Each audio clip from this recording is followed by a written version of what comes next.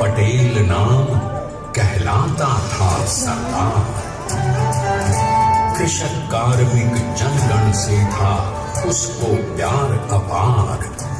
अखिल देश ने उसे रहनुमा किया था स्वीकार। गांधी बापू का शिष्य, सत्य अहिंसा का अवतार, किंतु एक भारत करने को धर लेता हथियार। लौह पुरुष संबोधन था वो लोहे की दीवार। तेज पुंज तुम, शक्ति पीठ तुम, बल का सागर अपरंपार। ऋणी देश का नम्र नमन तुम स्वीकारो सरदार।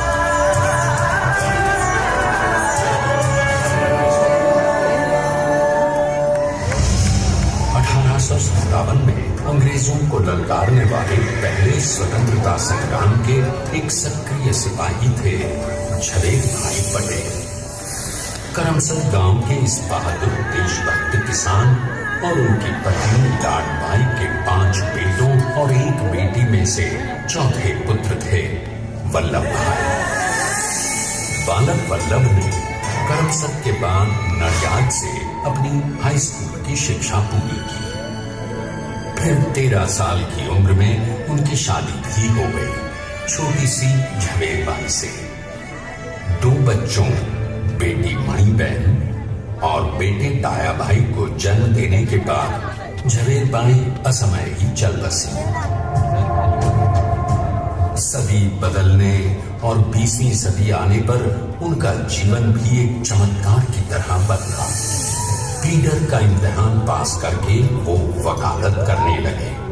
पहले गोधरा, फिर आणंद और उसके बाद अहमदाबाद में। मगर जल्द ही वकालत छोड़कर वो बैरिस्टर बनने की इच्छा से इंग्लैंड चले गए। लंदन में बैरिस्टरी में अव्वल आने और वजीफा जीतने वाले वो अनोखे भारतीय थे। अब तो अहमदाबाद की वरिष्ठ अदालत में बैरिस्टर पटेल की जिरह और जीतों की धूम मच गई।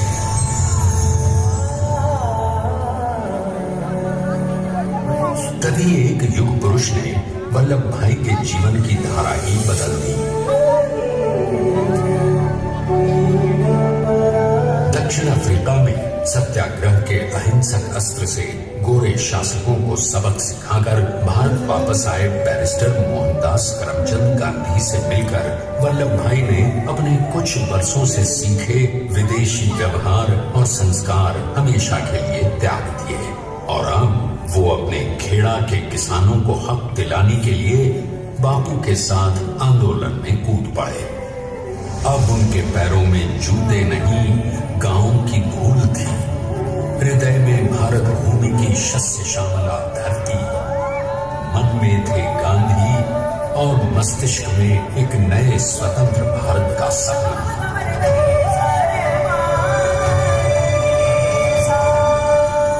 तभी बारडोली के मजबूर मजलूम किसानों की यातना का समाचार उनके पास पहुंचा। तुरंत वल्लभ भाई वहां पहुंचे और यूं शुरू हुआ भारत का सबसे बड़ा और सफल किसान आंदोलन बारडोली।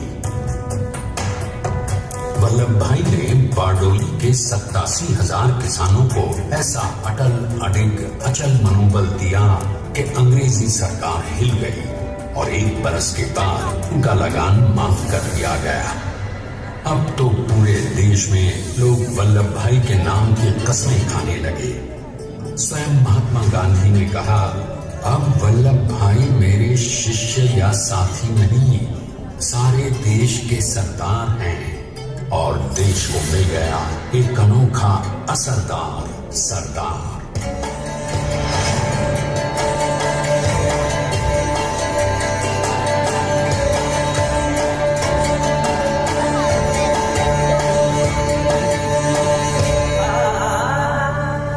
सरदार पटेल के नाम और देशभक्ति से अंग्रेज डरकर कांपने लगे। 1930 के नमक सत्याग्रह और दांडी कूच में वो बापू से भी पहले गिरफ्तार किए गए तो सन 1932 में फिर उन्हें बापू के साथ ही जेल में 2 सालों के लिए डाल दिया गया। मगर आजादी के दीवानों को, स्वतंत्रता के परवानों को कौन गिरफ्तार कर पाया है? जेल से छूटते ही सरदार को कांग्रेस के नए राष्ट्राध्यक्ष पद पर चुना गया और उनकी सरपरस्ती में राष्ट्रवादी भारतीयों ने तमाम ब्रिटिश सूबों में जीत हासिल कर वहां अपनी स्थानिक सरकारें बनाई। किंतु सरदार का सपना केवल सरकार बनाना नहीं था।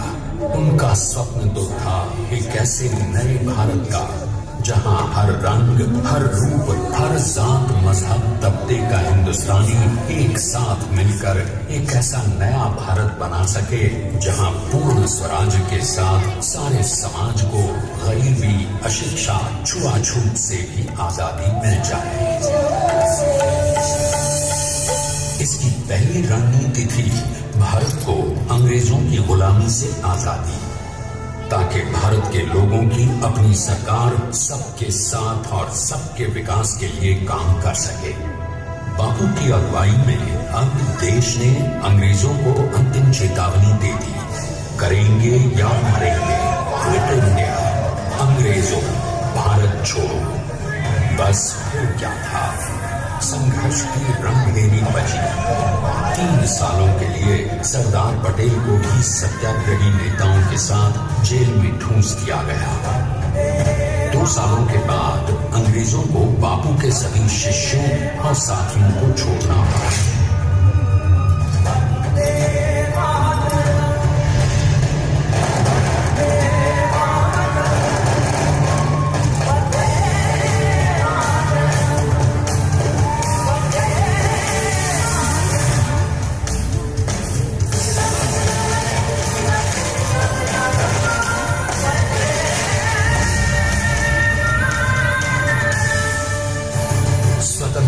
स्वप्न के सच होने के साथ अब सरदार पर कई एक नई जिम्मेदारियां थी। आने वाली आजादी की तैयारी और एक नए भारत के लिए नए लोकतांत्रिक संविधान की संरचना। जैसा उनके साथी ने खुद कहा था, सरदार ने ही छेनी हथौड़ी लेकर एक नए भारत को उकेरा है।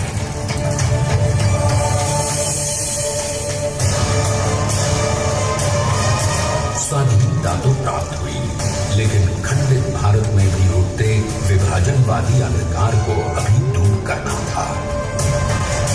जब देश के खंड खंड होने का भय उत्पन्न होने लगा, तो सरकार ने निर्भय होकर खुद अपनी केंद्र सरकार और साथियों को भी चुनौती दे डाली और जम्मू कश्मीर को बचाने के लिए सारे देश का आकाश वायुयानों से भर गया।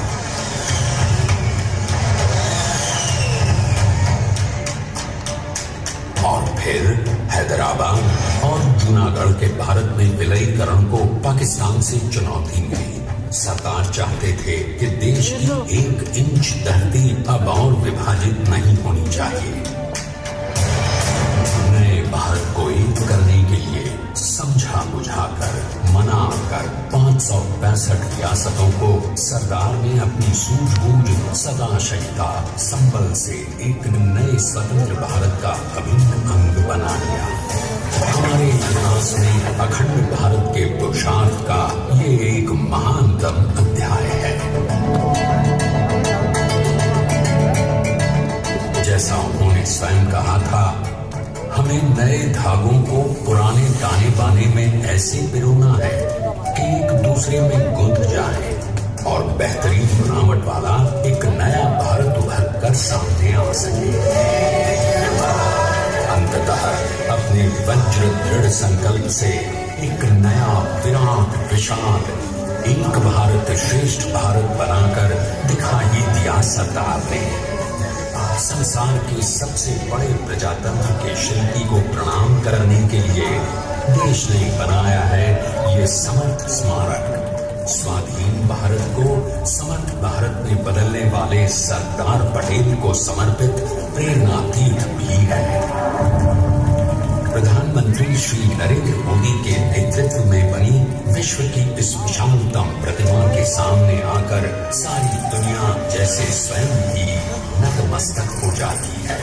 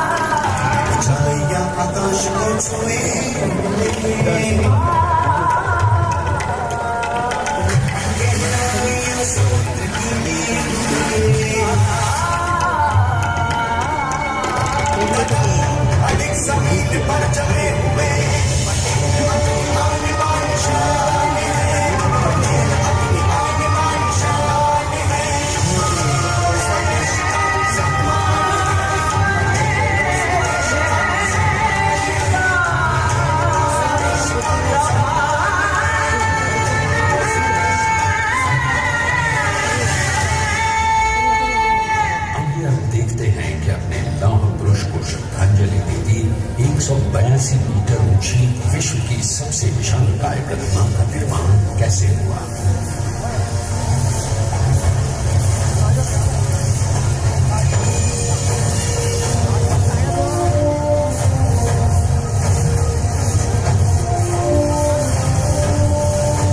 गगनचुंबी इस अद्वितीय अभूतपूर्व प्रतिमा को बनाने के लिए सबसे पहले नदी पर 4,500 क्यूबिक मीटर का राफ्ट बना और फिर सीधा 600 फीट का कंक्रीट का कोर बनाया गया।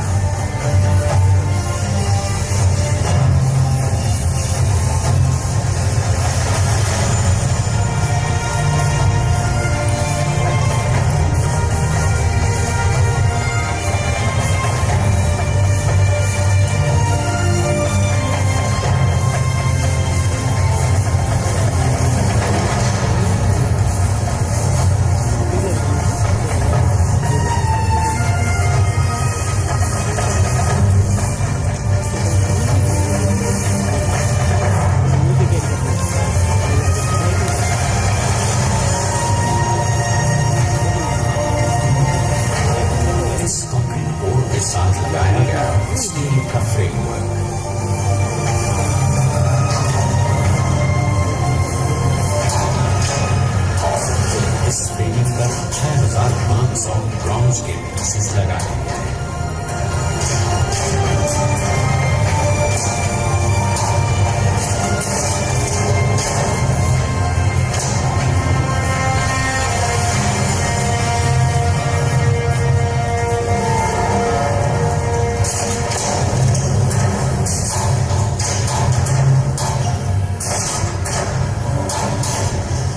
सोचिए कि 182 मीटर ऊंचे इस भव्याति भव्य स्मारक के निर्माण में कितना सामान और मेहनत लगी है।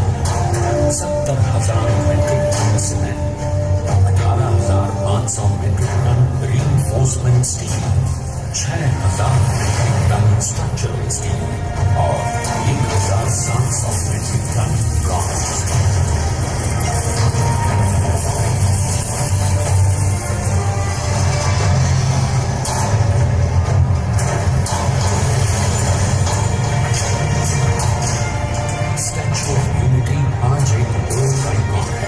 इसे मुमकिन बनाने में 1 सेकंड की ब्रेक लिए बिना देश भर की टीम्स ने 24/7 काम किया। 250 से ज्यादा इंजीनियर्स, 4,500 से ज्यादा स्किल फोर्स और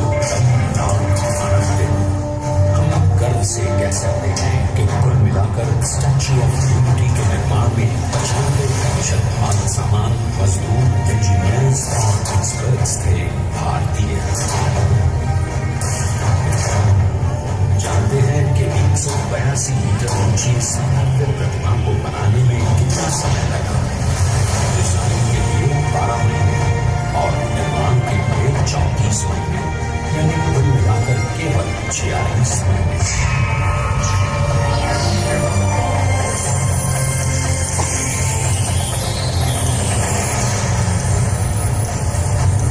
इसी तरह बनी देश के शिल्पकार की एक अनूठी अद्वितीय विशाल प्रतिमा, जो सिर्फ आज ही नहीं बल्कि आने वाले न जाने कितने सालों तक यूं ही चमचमाती रहेगी।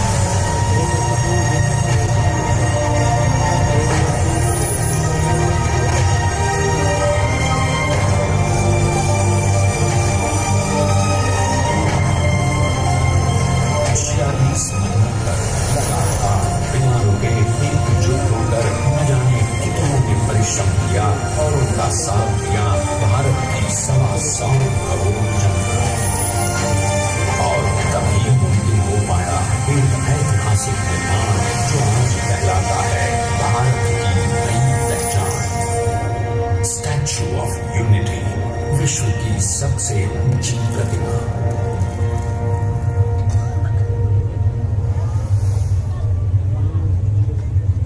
सरदार ने अपनी गंभीरता, शालीनता और दूरदर्शिता से भारत को संगठित करने के असंभव कार्य को संभव कर दिखाया।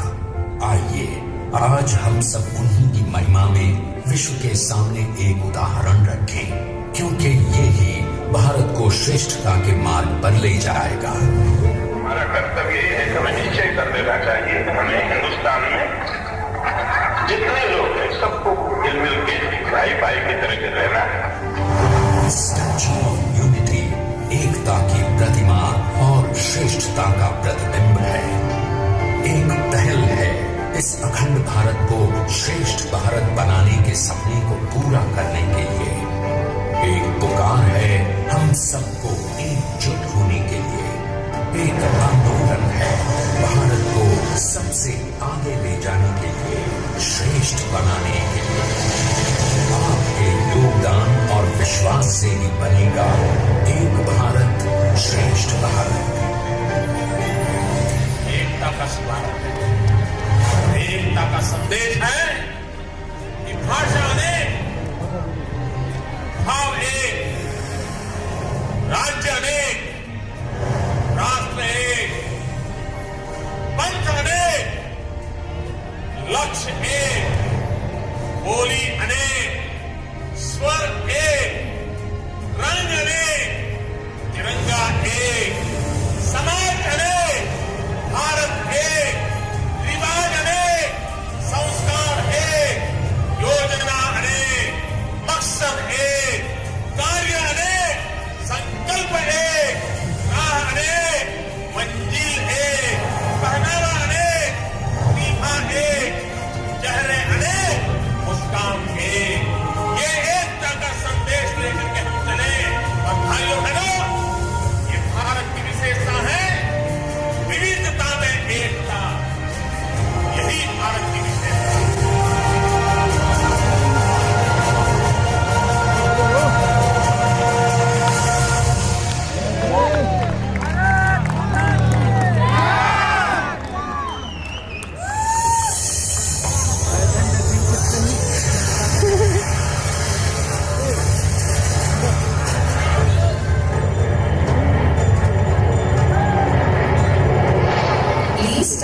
For the national anthem.